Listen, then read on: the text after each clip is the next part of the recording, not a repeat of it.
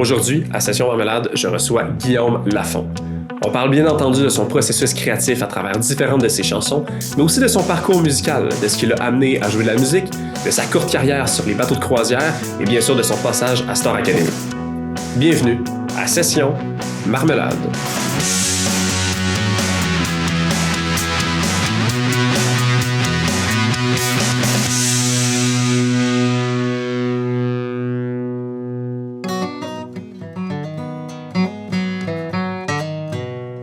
All right.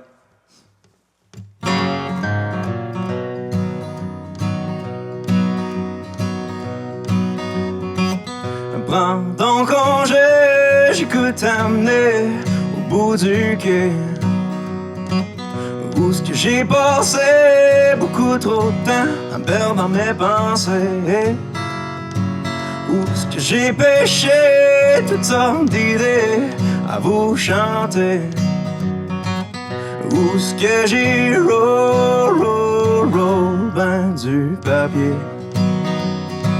Pourquoi s'entêter à faire le ménage du garage quand tu peux veger sur le bord du quai, pas loin d'une plage.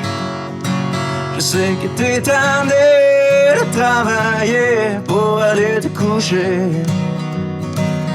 Ah, pis là tu scroll, pis ça t'enrage. Regarde devant, regarde derrière, oui, c'est bien tranquille, y'en a pas de misère. Je sais, tu vas me dire qu'il y a rien à faire, justement, il y a rien à faire. Viens faire de l'eau dans tes idées, viens faire le point. Tout le désordre du quotidien, on regardera loin. On va pêcher toute la journée, bien installé. Et même si on troll sans rien pogner.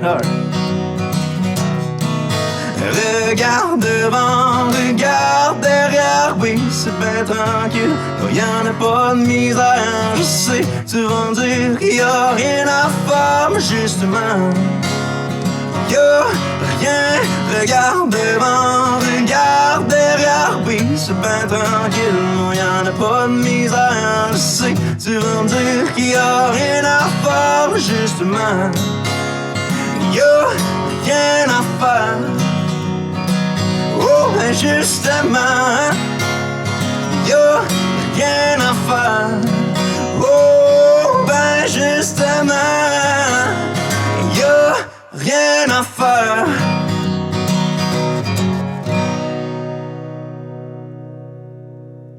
Okay. Bonjour Guillaume. Salut Marc-Olivier, ça va? Ça va bien toi? Ah oui, ça va, merci. Bienvenue à Session Marmelade. Yes, sir. On est ici pour parler de ton processus créatif. Ouais.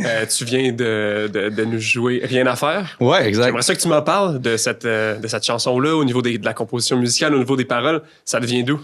Ça vient, je pense que c'est une des premières chansons que j'ai sorties en sortant, que j'ai composé en sortant de Star Academy. Je me sentais léger dans ce temps-là, je me sentais bien, je me sentais super à ma place, tu sais. Donc, je pense que l'écriture s'est faite comme naturellement. J'avais le goût justement de profiter de ce moment-là et d'aller m'asseoir, tu sais, quelque part et profiter du temps que j'ai rien à faire. Tu sais, au bout d'un quai. Ouais, au bout d'un quai, c'est quelque chose que j'aime beaucoup faire. Tu sais, du camping, tu sais, être perdu dans ma tête un peu, c'est ce qui m'apporte des idées. Donc, j'en parle un peu dans cette chanson-là. Puis, musicalement, je pense que ça représente très bien tout ce qui m'a influencé dans la vie, tu sais, qui est un country très, tu sais, comme quand même traditionnel. Ouais, un peu blues même. Avec une touche de blues, tu sais, de l'harmonica et tout. Ouais, c'est ça, le temps de pas jouer, mais dans la chanson originale de mémoire, c'est pas moi qui en joue, c'est mon meilleur ami. Je pense que j'ai le meilleur joueur d'harmonica au Québec. Je te dis, il joue en tabarouette. Est-ce que t'en joues un peu ou? Non, moi, j'y laisse. Il y a tellement de talent que moi, ça me tente pas de jouer de l'harmonica à côté de lui. Tu te dis, j'y arrive pas à J'ai le meilleur, c'est mon chum, j'ai le meilleur, ça me tente pas. Tu sais, j'ai pas besoin d'apprendre cet instrument-là. Je comprends. Cool. Justement, au niveau d'apprendre des instruments, à quel moment t'as commencé à apprendre la musique? Je pense que c'est à peu près 11-12 ans à peu près. Je sais qu'avant ça, j'aimais beaucoup la musique. Mes parents étaient danseurs avant qu'ils nous qu'on est nés. Ils étaient danseurs de rock'n'roll acrobatique. Okay. À peu près à mon acrobatique, âge. Ouais. Rock'n'roll, ça ressemble à quoi ça? Écoute, c'est du swing, c'est des pas de danse très, tu sais, du triple swing. Tu sais, sur du rock'n'roll. Puis il y a des acrobaties. Donc entre des pas, ils font des acrobaties, ils peuvent la lancer dans les airs, faire un backflip. Il faut être athlétique. Moi, il était athlétique, il était plus que moi à mon âge, je pense. Ouais. Alright. Puis là, tu t'as vu ça, puis tu t'es dit, je dois faire de la musique. C'est ça. J'aime le rock'n'roll ou. Oui, ça, c'est, mon père a tellement écouté d'Elvis, tellement, j'en écoutais, j'étais jeune, je voyais mes parents danser là-dessus. Moi, ça me faisait triper, ça m'a vraiment donné l'amour de la musique, le faire danser, quand que ton corps, il bouge seul. Il sent la musique, mais je l'ai depuis le très jeune âge, puis c'est ça, c'est vers 11-12 ans que j'ai commencé à jouer de la guitare. OK. Puis quand la guitare est arrivée dans ma vie, puis je l'ai jamais lâché. Cool. Tu voulais plus être celui qui fait danser les autres que celui qui danse, de ce que je comprends? Ouais, c'est ça. J'étais peut-être pas très bon danseur, donc je me suis mis à jouer de la musique. Alors, ça ressemblait à quoi quand justement t'as commencé à jouer? C'était quoi ton objectif? C'était juste de m'amuser, sérieusement. J'avais pas d'objectif en commençant. Je sais que je voulais jouer de la musique. Puis c'est sûr que moi, je suis un gars très... quand je commence de quoi, je veux le faire très bien. Donc j'ai mis beaucoup de temps dès le début sur la guitare. Je jouais de la guitare électrique dans le temps, j'ai commencé. Puis j'ai eu un très bon prof de guitare qui m'a enseigné plein de styles de musique. Donc c'était vraiment ça, c'était l'ouverture, ce que j'ai encore dans la musique. Il y a tellement de choses, tellement de styles qui peuvent t'apprendre de quoi de nouveau. Donc très jeune, j'ai expérimenté tout ça. Je jouais du heavy metal, je jouais du rock, je jouais du funk, je jouais du blues, je jouais du country. Large, très large. Même des choses loin du country à l'époque. Ouais, très loin. Au début, quand j'ai commencé la guitare, c'était loin du country. J'en écoutais pas nécessairement une tonne. Puis c'est vraiment, je pense, vers l'âge de 14-15 ans que le country est rentré dans ma vie vraiment. Qu'est-ce qui t'a amené vers la composition, la création de chansons? Très jeune, justement, ça m'intéressait. J'avais des idées musicales que je voulais mettre, enregistrer. Donc, je pense que j'avais 13-14 ans, je venais de commencer la guitare, puis déjà là, je m'étais acheté, ça s'appelait Guitar Rig, là, c'était une petite carte de son avec une entrée que je pouvais brancher ma guitare. Ouais.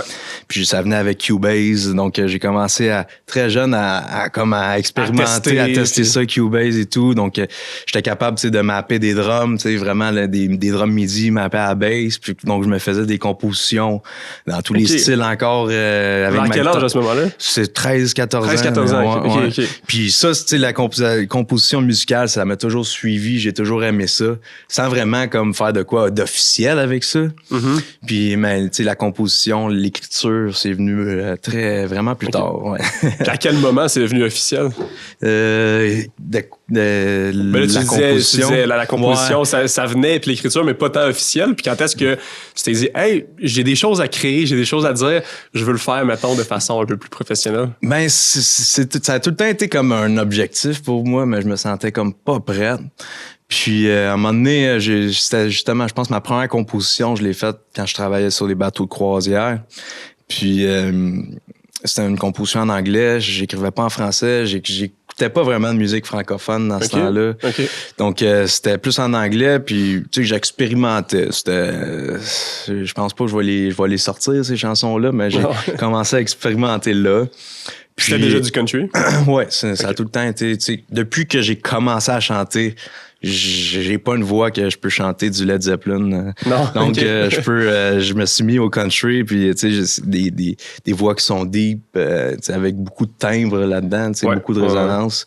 Donc, je pense que le monde aimait ça quand je chantais du country. Moi, j'aimais ça. Je me sentais pas poche. Donc, j'ai justement approfondi tout ça. Ça a été ta voix que tu l'as suivi, dans le fond. Exactement, ouais. Cool. T'as mentionné les bateaux de croisière. Ouais. Qu'est-ce qui t'a amené à jouer sur les bateaux de croisière? T'as fait ça combien de temps? Qu'est-ce que t'aimais de tout ça? Ben, les bateaux, c'est justement, quand tu t'étudies en musique au cégep, il y a plein d'options qui s'offrent, tu sais. Après, c'est comme tu veux vivre de ta musique, mais tu sais pas trop comment. Mais justement, moi, c'est ma copine dans le temps qui avait trouvé une contact qui faisait ça, puis elle nous avait donné justement le contact qui bookait les artistes sur les bateaux de croisière, puis nous, on a fait un démo ensemble. Okay. On a envoyé ça, puis ça a été retenu, je pense, 2-3 mois après, on était parti pour notre premier contrat. Wow, OK.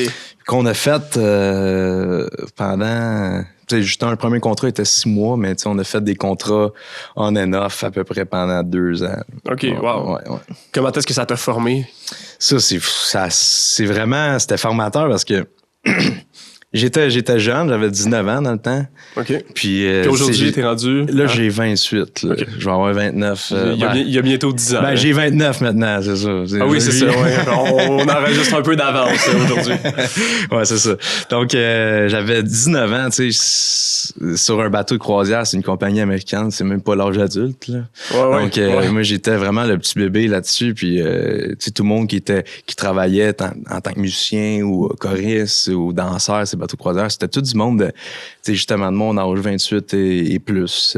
Puis moi, ça m'a beaucoup appris, tu sais, justement, le monde vient de cultures différentes, de pays différents.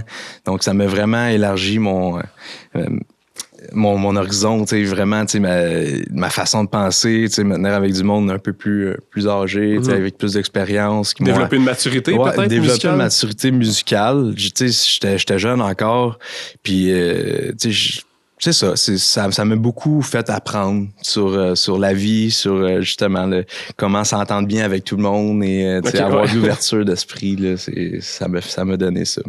Ouais. Cool. Puis à part de ça, c'est sûr que ça m'a donné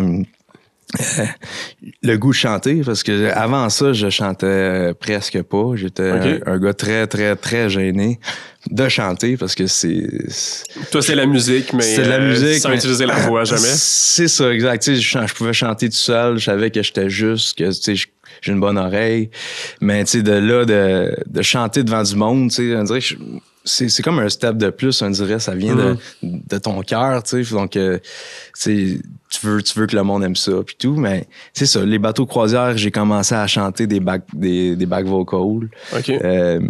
Puis il y a eu un événement justement dans je me rappelle pas si c'était le premier contrat ou un autre contrat, mais ma copine dans le temps, la chanteuse, était tombée malade. Elle a eu une grippe, puis sur les bateaux de croisière, quand tu as une grippe, ils te mettent en quarantaine dans ta chambre. Ouais. Mais nous, fallait faire des sets à chaque soir. Chaque soir, fait que, on était un duo, la chanteuse était pas là, mais ils m'ont dit... Ben, faut que tu fasses les sets seul, tu sais. Donc là, ça m'a foutu à la chienne, je peux dire. Là. Ouais. J'avais pas très hâte à mon set, là. Comment tu te sentais?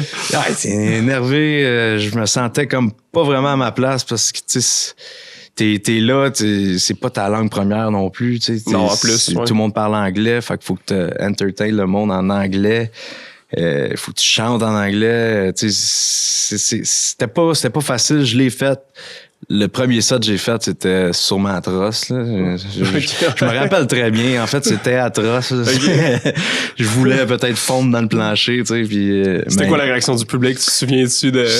Écoute, de regard ou c'est plus toi envers toi-même que tu te dis que c'était peut-être médiocre? C'est plus moi. Tu sais, je sais que c'était pas mauvais, tu sais, musicalement, mais tu sais, j'ai pas été capté l'attention. Là. J'ai peut-être dit 2-3 mots entre les chansons. Puis c'est ça ce qui me stressait le plus. Parler entre les chansons que chanter. La petite partie racontée, puis comme tu disais, entertain le public. Ça, là. Exact. Fait que ça m'a cassé vraiment. Puis je me suis dit, si je suis capable de faire ça, ben, je suis capable de chanter devant n'importe qui, n'importe quand. Puis c'est là que ça a commencé, que j'ai chanté plus, je prenais ma guitare, puis je chantais devant du monde, puis sans gêne. Cool. C'est sûr que, tu sais, c'est encore là, c'est le petit côté gêné et le petit côté insécure, tu sais, que je pense que beaucoup de musiciens ont, tu sais, ils sont très durs envers eux-mêmes. Mais c'est ça m'a donné l'envie de le faire et de l'assumer. Cool. Ouais, à la fin de ton set tout seul, Ouais. de plusieurs sets, tu t'es dit, je prends le lead puis je le donne plus à ma c'est blonde? ça. Ou... Non, ben c'est sûr qu'après ça, quand il est revenu, j'étais bien content. Là. Je faisais des back vocals. Mais est-ce que vous partagiez un peu c'est qui avait le lead ou c'était ouais, j'ai commencé à chanter comme plus de chansons, tu sais, que j'avais le lead et tout. Puis c'est vraiment en sortant à la fin de Les Bateaux Croisières que justement j'étais plus avec la copine qui chantait. Puis je me suis dit, ben on avait commencé à faire comme des petits bars, des petits restaurants. Je me suis dit, bah, j'ai le goût de continuer à faire ça, j'aime ça. Fait que je vais essayer de le faire tout seul, ici au Québec. Puis ça, à partir de là, je l'ai fait. J'ai appris un gros répertoire, principalement du country, mais j'essaie de reprendre des chansons aussi qui sont populaires et de les faire à ma façon. Est-ce que tu faisais juste faire des reprises ou tu glissais des petites compositions par-ci par-là? Ah, dans ce temps-là, c'était rare que je faisais des compositions. Parce que, tu sais, quand tu travailles dans un bar, dans un restaurant, c'est surtout... Le monde sont là, ils veulent entendre des choses qu'ils connaissent. Ce que je chantais dans ce temps-là, c'était ça. Puis, tu sais, glisser des compositions, c'était plus dur et plus personnel, donc je le faisais pas. Du tout? Je l'ai peut-être fait une ou deux fois, puis, tu sais, j'avais pas la réaction que je voulais, donc j'étais comme, je préfère comme... laisser faire cette partie-là du spectacle puis me concentrer sur ce que le monde aime entendre. Mais j'étais comme j'aimerais ça à un moment donné que je chante mes compositions et que le monde écoute, tu sais. Oui. Est-ce qu'il y a des compositions de cette époque-là qui se retrouvent sur ton album? Pas du tout. Pas du tout? Pas du tout. Non, c'est ça. Tout le premier album que j'ai sorti, toutes les compositions que j'ai faites, j'ai fait une composition à Star Academy. Puis le reste, c'est tout en sortant. OK. On va justement parler d'une de tes compos qui est sur l'album. Ouais. Mon héros. Ouais, on va écouter un extrait, puis on va s'en parler après. Yes. De foncer, tête baissée. Tu voulais juste en savoir plus sur l'humanité. Un héros, notre héros, mon héros. C'est ce que t'es, un héros, mon héros, mon héros.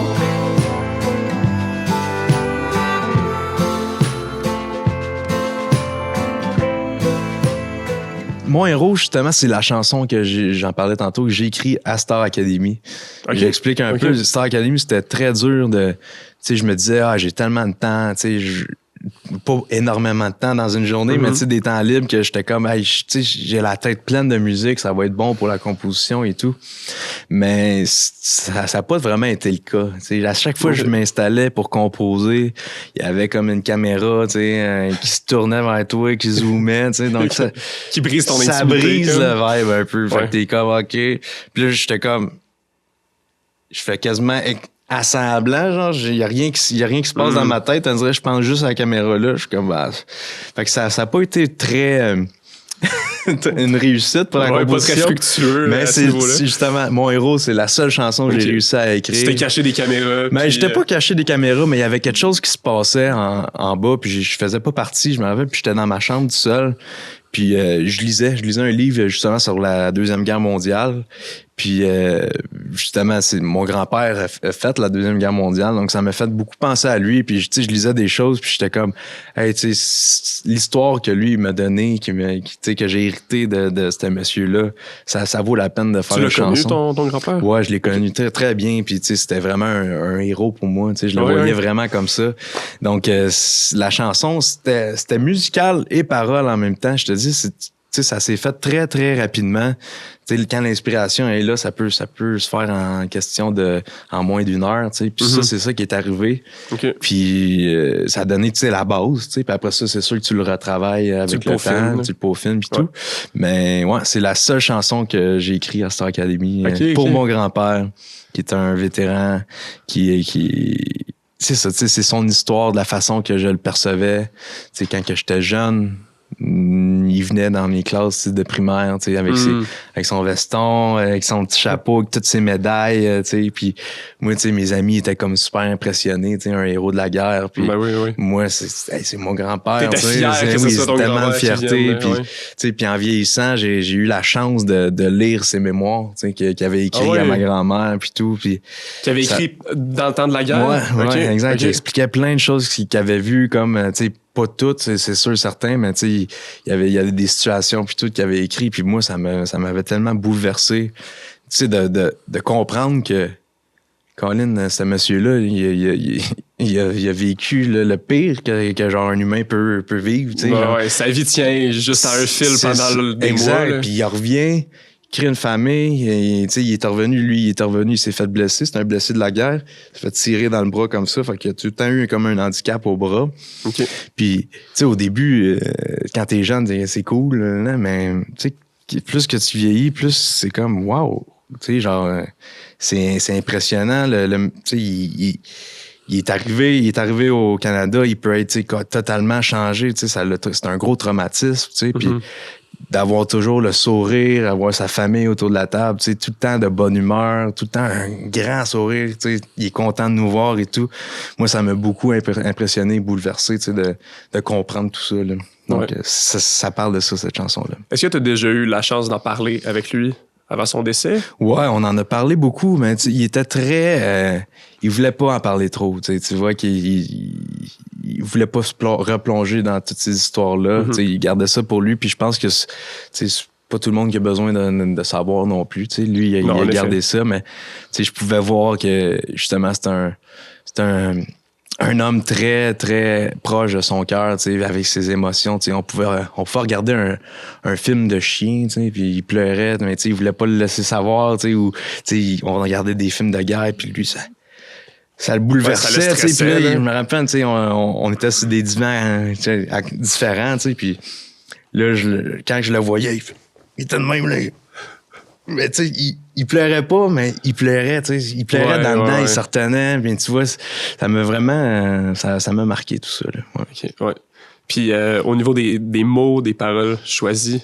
C'est son histoire. C'est son histoire, vraiment? C'est son histoire, oui, tu sais, dans les premiers couplets, je parle, parce que lui, il venait d'une famille d'agriculteurs, donc il était pas obligé d'aller à la guerre, tu sais. Il obligeait le monde, eux qui étaient comme aptes à aller à la guerre, sauf les familles d'agriculteurs, ils étaient pas obligés. Pour justement entretenir les terres ici, puis tout. Puis lui, il s'est sauvé à l'âge de 18 ans. Il s'est sauvé de chez eux pour aller à la guerre. Wow, parce que lui, il en entendait parler, puis il vendait ça un peu. Là, allez faire la guerre, vous allez voyager, vous allez voir l'Europe. Fait que lui, il voyait ça comme une grosse expédition. Puis il savait un peu à quoi s'attendre, mais... il m'en a parlé, puis lui, quand il arrivait, il a fait pas le gros débarquement de Normandie, mais il est arrivé peut-être des mois après, mais sur la même plage, puis il dit, j'étais en bateau, puis je regardais, dans le ciel, puis moi, j'étais super impressionné, là. C'était comme des feux d'artifice pour moi, mais c'est des bombes, là. C'est comme lui, il était content de sortir, c'était son, mais c'est ça, il l'a fait comme pour Luke apprendre. Skywalker. Je sais pas, je suis pas un fan de Star Wars. OK, excuse-moi, peut-être que ma comparaison est boiteuse de base. Ouais, ça se peut très bien, écoute. Il veut sortir de sa terre, qui est presque une ferme, puis il veut servir dans la rébellion, en fait. Et voilà, c'est ça. Donc, c'est ça qu'il a fait. Puis, il a aimé ça. Il a aimé justement le fait d'être dans l'armée, avoir des tâches et tout. Lui, il m'en parle très positivement. Ben, il m'en parlait, là. Et puis, il est plus avec nous maintenant, là. Mais c'est ça. Puis, donc, lui, c'était comme une aventure pour apprendre sur l'humanité. Puis, ça allait. OK. Super. Je t'invite à nous la jouer. Ouais, exact. Là, on va s'en rediscuter un tout petit peu après. Parfait.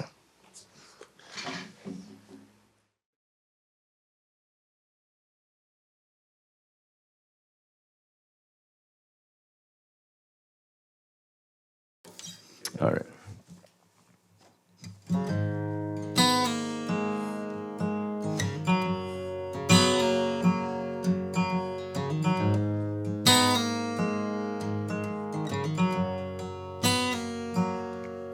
Tout allait bien, tout allait mal. Tu vivais ta vie comme dans ce temps-là, tout ça c'était ben banal. Tu voulais rêver, tu voulais voyager.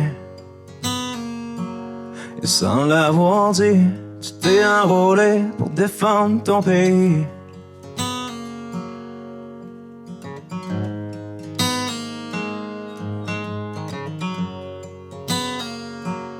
Mais y a-tu pensé, avant de décider, penser à tous ceux que t'aurais pu abandonner? Mais sans hésiter, t'as foncé tête baissée. Tu voulais juste en savoir plus sur l'humanité. Un héros, votre héros, mon héros. C'est ce que t'es, un héros, mon héros. Mon héros.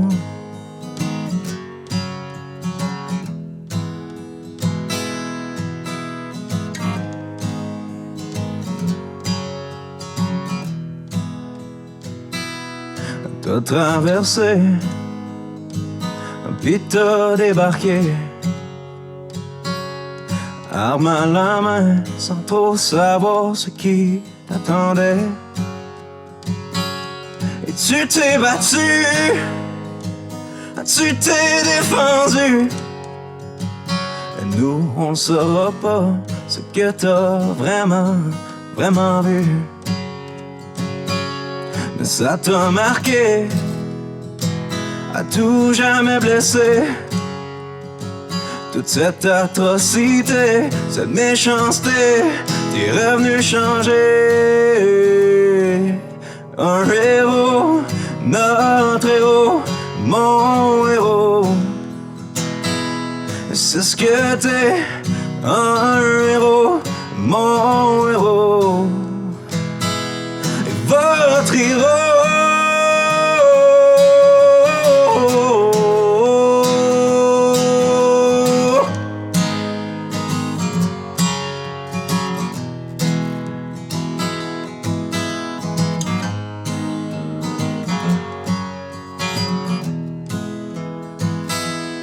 Moi ce que je vois, c'est un grand-père ému, le regard qui brille, fier d'avoir pu fonder une famille.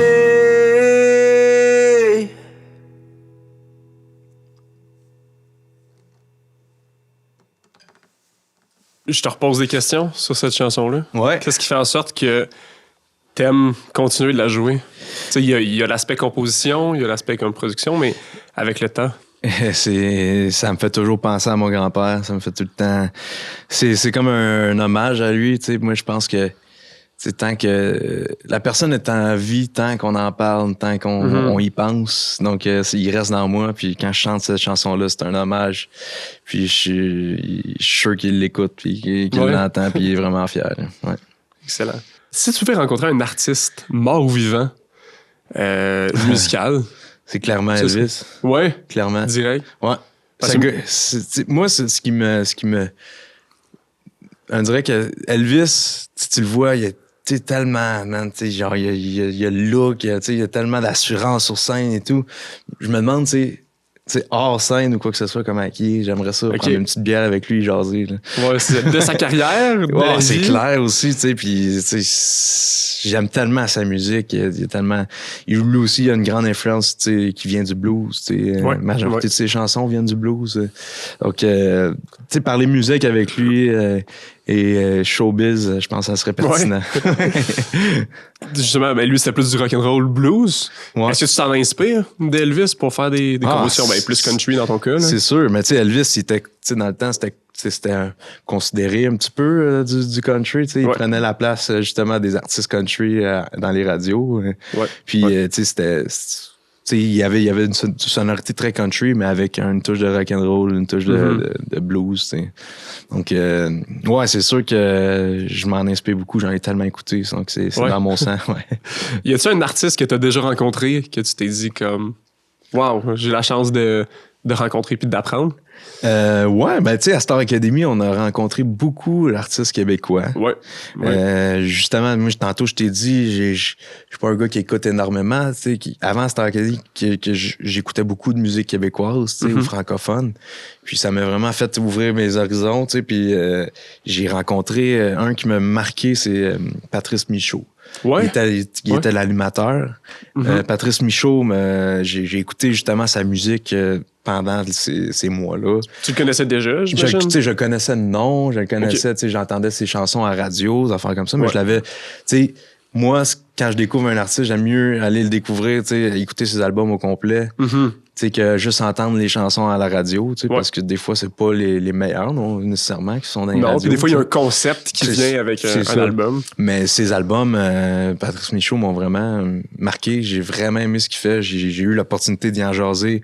C'est un gars super ouvert. C'est un gars qui voulait m'apprendre plein de choses. Donc, puis ça, c'était hors caméra, là, Ben ouais. Donc, j'ai vraiment été content de le rencontrer. Puis aussi, il y avait un artiste invité qui est Vincent Vallière, que justement, les frissons quand ils sont là, un artiste qui chante, puis il y a des textes forts.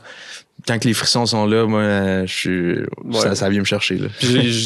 Personnellement, je trouve que sa musique ressort tellement bien en live à Vincent Vallière. Ouais. J'ai l'impression que ça s'approche beaucoup du pop folk quand on l'écoute à la radio ou sur disque, mais quand on l'entend en live, il y a quelque chose de rock qui prend sa présence. Quelque chose de très naturel. C'est ça que j'aime, des artistes qui... Tu sais, qu'en spectacle, ça vient, tu sais, c'est un band qui joue, puis ça s'entend, tu sais, c'est de la musique, tu sais, il y a une communion. Donc, c'est tous ces artistes-là, moi, que j'aime. Ouais. OK, cool. Ouais. La première fois que tu t'es entendu à la radio? Ouais. C'était quoi ta réaction? Comment tu t'es senti? Ben, c'est drôle, parce que je me rappelle vraiment ce moment-là, puis je m'en attendais pas, tu sais. Moi, j'étais avec Musicor, tu sais, puis... tu sais, avoir les bilans puis tout, ou que les chansons tournent à la radio, c'était comme un peu plus compliqué. Donc, je savais pas si mes chansons tournaient à la radio. J'en avais aucune idée. Okay. Puis, à un moment donné, je m'en allais justement, on avait un show à Shippagan, au Nouveau-Brunswick. Donc, on traverse, on est rendu au Nouveau-Brunswick. Là, on écoutait de la musique sur Spotify, des affaires comme ça. Puis, maintenant, on met à la radio. Puis c'est l'intro de Rien à faire qui joue. Je suis comme, OK, je suis au Nouveau-Brunswick, il n'y a Rien à faire qui joue. All right. C'est donc, on était toute le band ensemble. Fait que, tu sais, dans la même van. Dans la même van, on était, c'était juste un beau moment. Tu sais, on s'attendait pas à ça. Puis c'était comme au Nouveau-Brunswick. Ben oui, c'est ça. Right. Une surprise totale. Ouais. Est-ce que ton band de studio, c'est le même que ton band live? Ouais. OK. Ouais, j'imagine que c'est des amis. Ouais, c'est des amis de longue date. C'est sûr qu'entretenir un band, c'est pas toujours facile, tu sais, surtout quand c'est des bons amis. Ouais. Donc, ben oui, tu sais, moi, je suis un gars qui est fidèle envers mes musiciens, envers mes amis. Donc, c'est sûr, ça allait de soi, là, qu'ils viennent en studio avec moi pour avoir capté le son. C'est quoi, Guillaume Lafont? Ouais. Ben, c'est le band autour de moi aussi, là, OK, cool. Ouais. Cool. Fait que tu donnes vraiment le crédit à la personne qui 100%. Crée la part, là, comme tantôt tu parlais de ton ami qui joue de l'harmonica, c'est comme... Ouais, c'est ça. Chaque personne a sa place. Ouais, puis tu sais, quand que je compose... T'sais, oui, j'ai les riffs de guide, j'ai les mélodies, des affaires comme ça, mais c'est tout le temps acoustique. Puis avant de faire une maquette ou quoi que ce soit, moi, je m'en vais chez mon ami. Tout le monde, on se rejoint, coupe de bière. OK, j'ai une nouvelle chanson, je la jam, on la jam ensemble. OK. Puis tout le monde arrive avec des idées. Donc, c'est vraiment fait comme un processus créatif plus de band. OK, ouais. Qu'est-ce qui t'a orienté vers le country? On en a un peu parlé que ça découlait du rock'n'roll.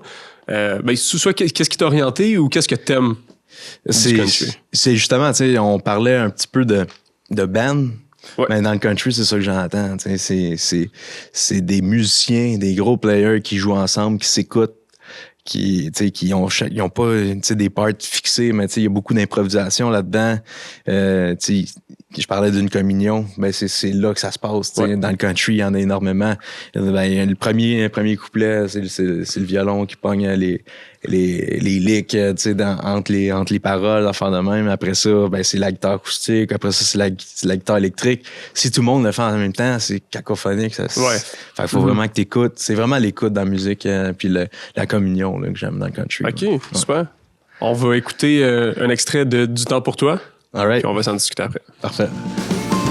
Tu vires à gauche, tu vires à droite, toutes les routes te ramènent au bon chemin.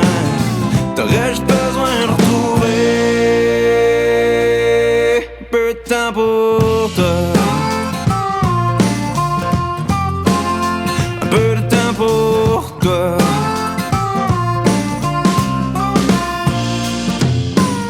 Oh, ta passion c'était de peinturer. Puis je te vois plus en profiter. Donc, cette chanson-là, Du temps pour toi, ouais. Elle te vient d'où?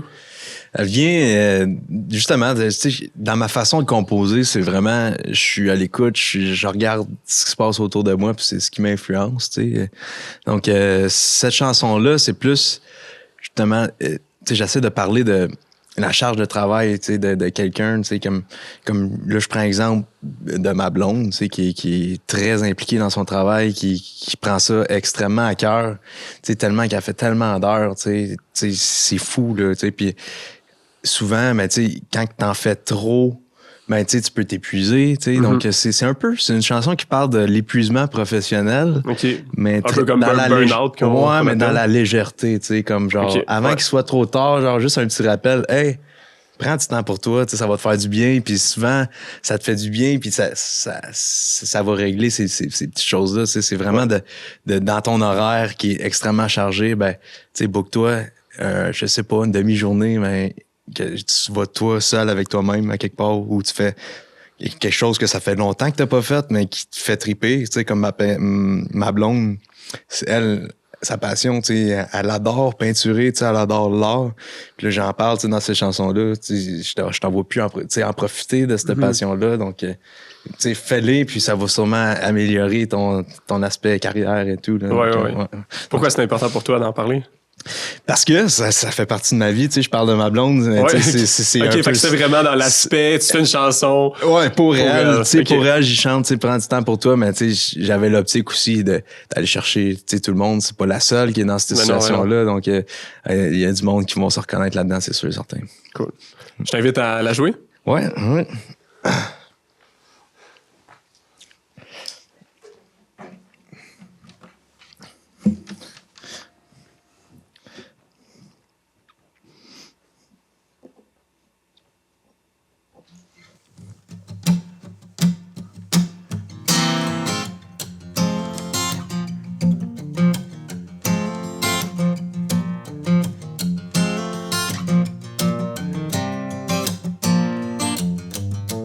Tu m'as l'air un peu fatigué. Va changer d'air, va te reposer. Tu manges plus, tu dors même plus. C'est clair qu'il faut que tu te prennes sur toi. Quand t'as les blues, tout est plus dur. Tu te sens sur le cruise, tu te contrôles plus. Prendre le contrôle, ça peut prendre du temps. Commence par mettre les mains sur le volant. Tu vires à gauche, tu vires à droite. Toutes les routes te ramènent au bon chemin. T'aurais juste besoin de retrouver un peu de temps pour toi. Un peu de temps pour toi.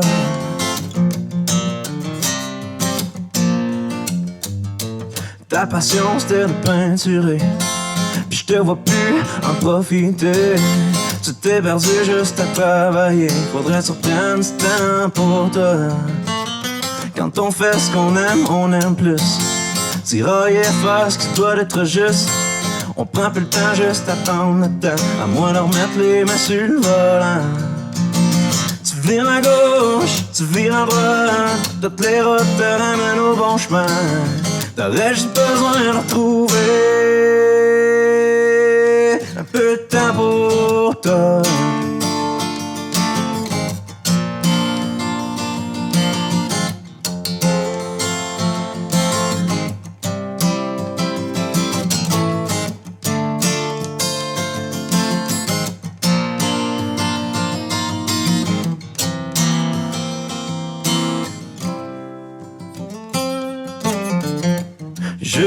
Juste un peu de temps pour toi. Juste un peu de temps pour toi. Juste un peu de temps pour toi. Juste un peu de temps pour toi. Juste un peu de temps pour toi. Juste un peu de temps pour toi. Yeah. Quand tu écris une chanson, à quel moment est-ce que la chanson est finie? C'est une bonne question, mais moi, j'aime ça pas trop travailler quelque chose parce que ça vient moins naturel. Donc, comme moi, ma façon d'entrer en studio, c'est ça. On arrive en studio prête. On a pratiqué la chanson une couple de fois. Puis, on la joue pas comme là, une couple de jours avant. On garde ça comme... On est énervé de la jouer, donc en studio, on arrive, il y a de l'énergie, le monde, le band, il est là, comme, OK, donc on fait 2 takes, 3 takes maximum, puis c'est ça. OK, tout le monde en même temps? Ouais, tout le monde en même temps. OK, wow. Donc, c'est ma façon de faire qui est comme justement inspirée des vieilles méthodes de faire, mais oui. La musique que j'écoute principalement, c'est de la vieille musique, parce que justement... Il avait compris ça dans le temps, que c'est là que la magie opère, c'est dans ces takes-là, quand tout le monde est ensemble, tout le monde est content de la jouer, cette chanson-là. C'est comme une énergie de symbiose qui s'installe. C'est ça, une énergie, puis que t'entends en audio après ça, Donc, c'est ça qu'on a fait avec Du temps pour toi, puis je suis vraiment fier de ça. Là. Cool. Ce qui me surprend, en fait, c'est que tu dis que vous la répétez pas ensemble avant? Ouais, on la répète ensemble, mais, mettons, pas dans 3 journées avant de rentrer en studio, t'essaies de moins la jouer, Ah ouais? Pour justement garder le... Hey, j'ai hâte de la jouer, Ouais. Moi, c'est ça que je fais. C'est sûr que j'essaie de pas la chanter trop. Puis même chose quand je prends mes takes de voix. Je la fais deux fois, puis je la fais pas mieux la 3e fois. Là. Donc, quand ça vient trop travailler, quand c'est trop parfait, ben ça s'éloigne de la vérité, je pense. On a jasé par-ci par-là de ton expérience Star Academy. Ouais. Overall, parle-moi-en. Est-ce que c'est quelque chose que t'as aimé? Est-ce que c'est quelque chose qui t'a, je sais pas, dégêné? Ouais. T'en ressors de là avec quoi? Et c'est fou. Moi, Star Academy, ça a vraiment changé ma vie, changé, justement, de la façon que je vis, j'ai pu en vivre de ma musique après ça. Puis ça m'a amené beaucoup, beaucoup de confiance. Ça m'a amené un public qui fait en sorte que je peux vivre de ma musique, Ouais. Donc, des grosses émissions comme ça, ça peut être dur, mentalement, psychologiquement, puis c'est pas facile. T'es tout le temps stressé, t'es tout le temps avec les caméras, t'as tout le temps deuxième, quelqu'un qui dit dans ta tête, hey, regarde, c'est quoi que t'as fait, là, genre, tu viens un peu fou, tu te watch, mais moi, justement, pendant cette expérience-là, c'est comme ça que j'ai commencé, Star Academy, je me sentais vraiment pas à ma place. Le syndrome d'imposteur, je l'avais fois 1000 au début. Là, je regardais le monde autour de moi, j'étais comme, OK, ils sont plus déjeunés, ils ont plus dans, genre de... Je sais pas, ils veulent être devant la caméra. Moi, man, la caméra, ça me faisait peur. Je voulais pas. Je voulais pas, c'est peut-être la peur du jugement au début, genre, je sais pas. Justement, t'es dur avec toi-même, donc t'as peur que le monde soit dur avec toi-même, puis avec toi, puis... justement, quand c'est en grosse quantité comme ça, un gros public, ben, si tu fais de quoi de travail que le monde n'aime pas, ben là, tu viens de scraper ta carrière ou quoi que ce soit. Donc, c'est sûr, il y a tout le temps cette mentalité-là en arrière, puis, mais c'est au fur et à mesure que les semaines ont passé, les mois, j'avais plus ça. J'étais comme, OK, let's go, man. C'est une expérience de 12 semaines, je pense. Ouais, c'est 3 mois. 3 mois, OK. 3 mois. Puis je me suis rendu jusqu'à la dernière. Ben oui, c'est ça. Félicitations. Ouais, merci, c'est gentil. Mais c'est ça m'a donné beaucoup d'assurance. Tu sais que le public vote pour moi. J'ai rentré dans Star Academy grâce au public. Je suis resté à Star Academy grâce au public parce que, je pense pas que les profs, j'étais leur meilleur, genre, j'étais, je faisais mes affaires, puis le public une chance qu'il était là pour me sauver. Fait que je pense pas qu'il m'aurait sauvé. Tu sais, je sais pas, moi, j'avais ce feeling-là. Donc, tu sais, puis c'est ce que tu veux comme artiste. Tu sais, c'est pas Lara Fabian ou Grégory Charles qui vont venir à tes spectacles en sortant. Là, okay, ouais. Donc, c'est public. Donc, moi, que je sois sorti, que le public m'ait soutenu tout le long, qui m'ont fait rendre si loin que ça, ben c'est le rêve là, pour quelqu'un qui fait ça. Là. Donc, ça m'a donné beaucoup l'assurance d'être moi-même, de montrer c'est qui Guillaume Lafont au public, puis d'avoir cette mentalité-là jusqu'à aujourd'hui. Oui, c'est ça. C'est sûr que ça aide à passer par-dessus le syndrome de l'imposteur quand finalement tu te rends compte que t'as ta le place. monde m'aime. C'est comme, yes sir. Au niveau de la compétition, ça se vit comment? Ou en tout cas, pour toi, ça se vivait comment? Le fait que, bon, je veux dire, t'es là pour apprendre, t'es là pour faire des shows, mais il y a un certain aspect de compétition. Mais je te dirais que j'ai pas senti le... Tu sais, moi, personnellement, j'étais plus en compétition avec moi-même, tu sais, genre, me surpasser, tu sais, puis de passer par-dessus la gêne, le syndrome d'imposteur, justement. C'était plus ça, cette compétition-là. Puis je te dirais que, tu sais, quand je me rappelle pas, c'est 50 000, je pense, ou 100 000, genre, quand tu te rends en finale, genre, j'étais comme...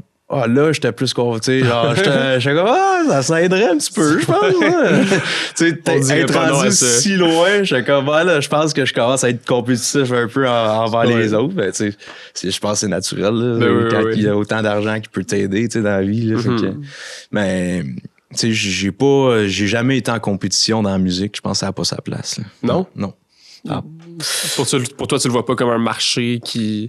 Ben, c'est sûr que... Je sais pas comment dire, là, mais... Tu réalises qu'il y a c'est une business, là, aussi, ouais. Tu sais. Donc, il y a tout le temps un peu de compétition tu sais, entre les artistes ou quoi que ce soit, mais je pense que dans le country, ça se fait moins sentir, tu sais. Ah oui? Oh, okay. Oui. Pour quelle raison, tu sais-tu? Ben, parce que c'est beaucoup de collaboration. En tout cas, ce qu'on a amené, tu sais, avec... On est une gang, tu sais, de jeunes, tu sais, qui fait du country québécois en français. Tu sais, on amène une vague de nouveautés, tu sais. Puis, genre, on est tous des amis, tu sais. Genre, on s'est tous rencontrés dans un festival country ou, tu sais, dans des galas. Puis, man, genre, c'est le sentiment d'appartenance. On tripe ces mêmes affaires, tu sais. Puis, moi, je suis un gars qui tripe, là. Je vais pas commencer à comme envier quelqu'un ou quoi que ce soit, tu sais. Je veux juste faire de la musique avec lui, là, au final, tu sais, donc je pense que dans le country, ça se fait moins sentir la compétition. Parce que, ben, je sais pas si t'as vu, il y a un Grand Ours qui est oui, arrivé. c'est ça, j'étais pour t'en parler, là, du projet collaboratif. Exact, tu sais. Donc ça, c'est la preuve, tu sais, qu'on est tous des artistes country québécois qui fait carrière de son bord, tu sais, on a tous des albums, on a tous des chansons originales. Puis de faire un projet comme ça ensemble pour justement le style. Nous, on a fait ça parce qu'on s'est dit, hey, le monde, tu sais, on voit le monde qui sont dans les spectacles, c'est du monde qui aime ça, tu sais, le rassemblement, tu sais, prendre une bière ensemble. Donc pourquoi on le fait pas, tu sais, puis ça va juste aider le country au Québec, tu sais, ça va juste faire grandir ça, puis que le monde veut s'attacher à ça parce que justement, il y a pas de rancune, tu sais, c'est tout genre. Yeah! On est ensemble, on fait ça, puis c'est débile. Là, Vous êtes 8 artistes, je pense? Grand Ours, c'est 8, ouais. Ça? Je sais pas, j'ai 8 de mémoire, mais pas de... Man, je me rappelle pas, c'est 7 ou 8. 7 ou 8. Okay. La Grand Ours, il y a combien d'étoiles? OK, ouais.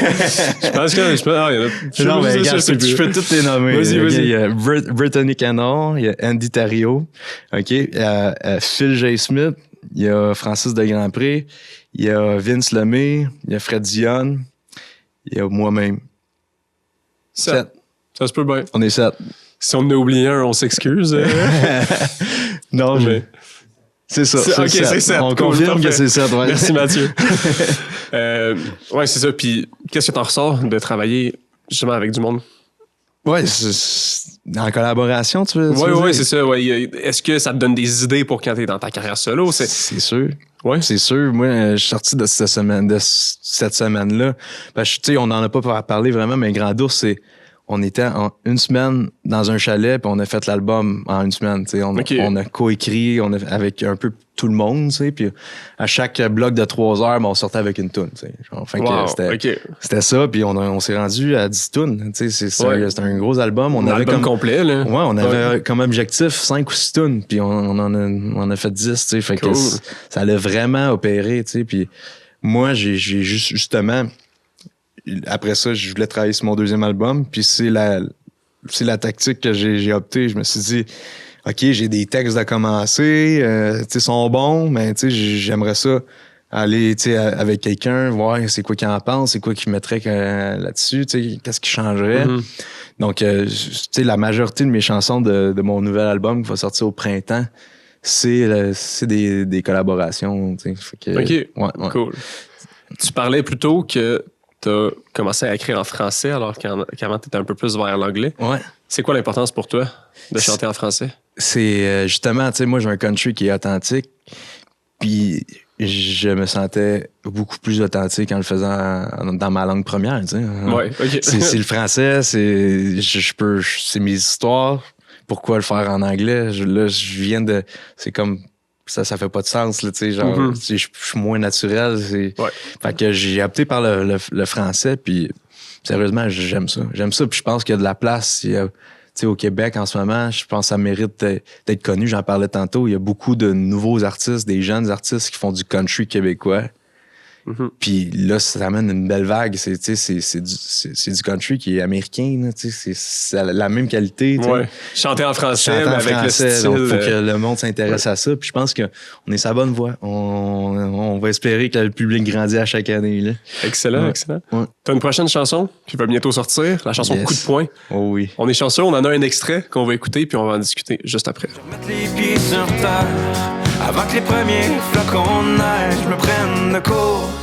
Comme un coup de poing sur la gueule, un coup de poignard dans le dos.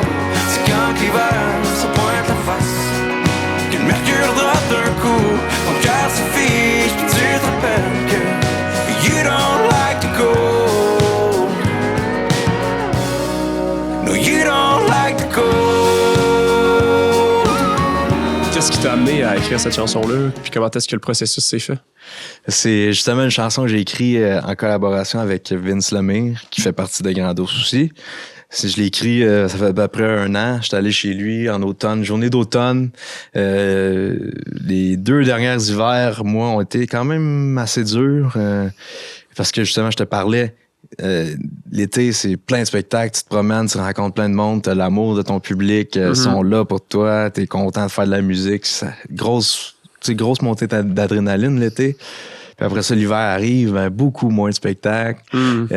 Beaucoup de temps seul chez vous, que tu contemples les murs de ton salon. Puis ça peut être dur pour le mental, puis ça, psychologiquement. Donc moi, j'ai comme fait pas des dépressions, mais tu sais, comme vraiment, tu sais, je me sentais pas bien l'hiver, tu sais, j'avais de la peine, puis tu sais, dépression saisonnière, je pense. Ouais, c'est ça, exact. Pas cliniquement une dépression, là, mais ouais. Exact. Donc là, je parlais de ça avec Vince Lemire, que non seulement c'est un artiste, tu sais, que j'aime sa musique, que je m'entends bien musicalement avec lui, mais c'est rendu un bon ami. Fait que tu sais, j'y en parlais de ça, puis on est parti de zéro. On a écrit une chanson là-dessus qui parle de l'arrivée de l'hiver après un été folle un peu. Ouais, donc, c'est un peu ça, tu sais, que l'hiver arrive comme un coup de poing dans la face. Ouais, c'est ça qu'on entend dans la chanson. Un coup de poing sur la gueule. Ouais. Puis justement, vous le vivez dans la musique, mais on s'entend qu'il y a beaucoup de personnes aussi qui peuvent le vivre. Là. L'été, c'est plus jovial facilement, j'ai l'impression. Oui, je l'ai joué cet été à du monde, puis tu sais, déjà, il y a du monde qui vient me voir, tu sais, puis qui me disent, hey, tu sais, moi, je travaille, tu sais, dans les piscines ou quoi que ce soit, tu sais, genre leur carrière, puis c'est comme ils se reconnaissent là-dedans, même sans nécessairement faire de la musique, tu sais. Ouais. Cool, ben je vais t'inviter à la jouer. Yeah!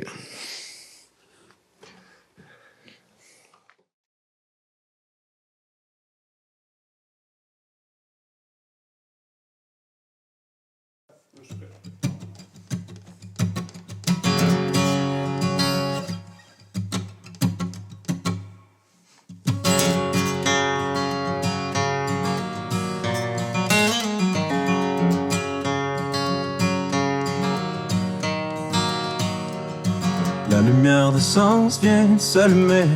Je commence à prendre sur ma réserve. J'étais encore sur mon high d'été. C'est l'équinoxe, puis je me pense encore en juillet. Il est temps que je remette les pieds sur terre avant que les premiers flocons de neige me prennent de court. Comme un coup de poing sur la gueule, un coup de poignard dans le dos. C'est quand l'hiver se pointe la face, que le mercure drop d'un coup, ton cœur se fige, puis tu te rappelles que you don't like the cold. No, you don't like the cold.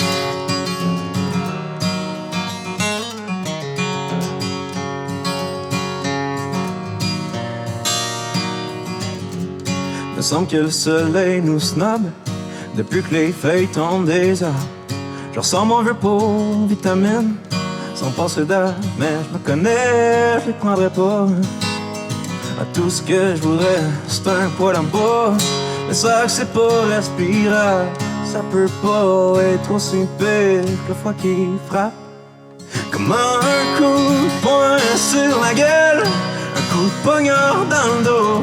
C'est quand l'hiver se pointe la face, que le mercure drop d'un coup, ton cœur se fige, puis tu te rappelles que you don't like the cold. No, you don't like the cold.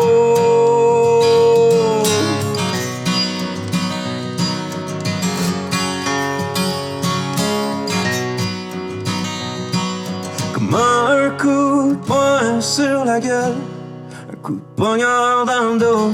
C'est quand l'hiver se pointe la face, que le mercure drop d'un coup, ton cœur se fige, puis tu te rappelles que you don't like the cold. Comme un coup de poing sur la gueule, un coup de poignard dans le dos. C'est quand l'hiver se pointe la face, que le mercure drop d'un coup, ton cœur se fige, puis tu te rappelles que you don't like the cold. No, you don't like the cold.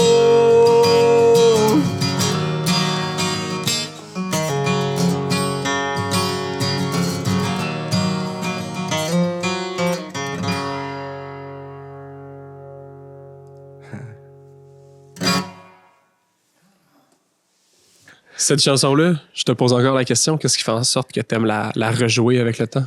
C'est justement, c'est une chanson que tu te tannes pas d'entendre, que tu te tannes pas de chanter. C'est un refrain, tu sais, puis ça se rapproche tellement de ce que je pense, tu sais, puis de ce que, tu sais, l'hiver approche, donc tout ça, c'est vrai, tu sais, donc c'est une chanson qui est catchy, donc tu sais, puis avec le playing de guitare, j'adore ça, la jouer. C'est juste, j'aime ça. Qui fait du bien à entendre, justement, avec l'approche de l'hiver. C'est ça, exactement. Ouais. C'est une belle chanson d'automne, je pense. Ouais, super. Qu'est-ce qui s'en vient pour Guillaume Lafond dans les prochains mois ou même les prochaines années? Encore, tu sais, là, je vais avoir un autre single qui sort. Il y en a un qui est sorti au début de l'été. Je vais en avoir qui va sortir cet hiver. Puis il y a un album qui va sortir probablement au printemps 2025. Cool. Donc, je me concentre là-dessus. J'ai plein de beaux projets qui viennent accompagner les singles, justement. Donc, c'est ça. Puis quoi comme projet? Je peux pas t'en dire trop parce que le plus gros projet est pour le prochain single. Là. OK. Mais on peut attendre à une collaboration? Ou non, c'est pas une collaboration encore. Ben, tu sais, c'est une chanson qui est coécrite encore, mais tu sais, il y a une belle... il y a peut-être un... Je veux pas en dire trop, là, mais tu sais, peut-être un partenariat qui va arriver avec ça, peut-être une vidéo, je sais pas. Mais est-ce qu'on a le droit de connaître le nom de la chanson? Ben oui, parce que je la joue déjà dans mes spectacles. Ça s'appelle Mon Chapeau. Donc je vous laisse justement là, mijoter là-dessus. Parfait, on a bien hâte, Ouais. Ben merci beaucoup, Guillaume. Ouais, fait plaisir. Merci à toi. Yes.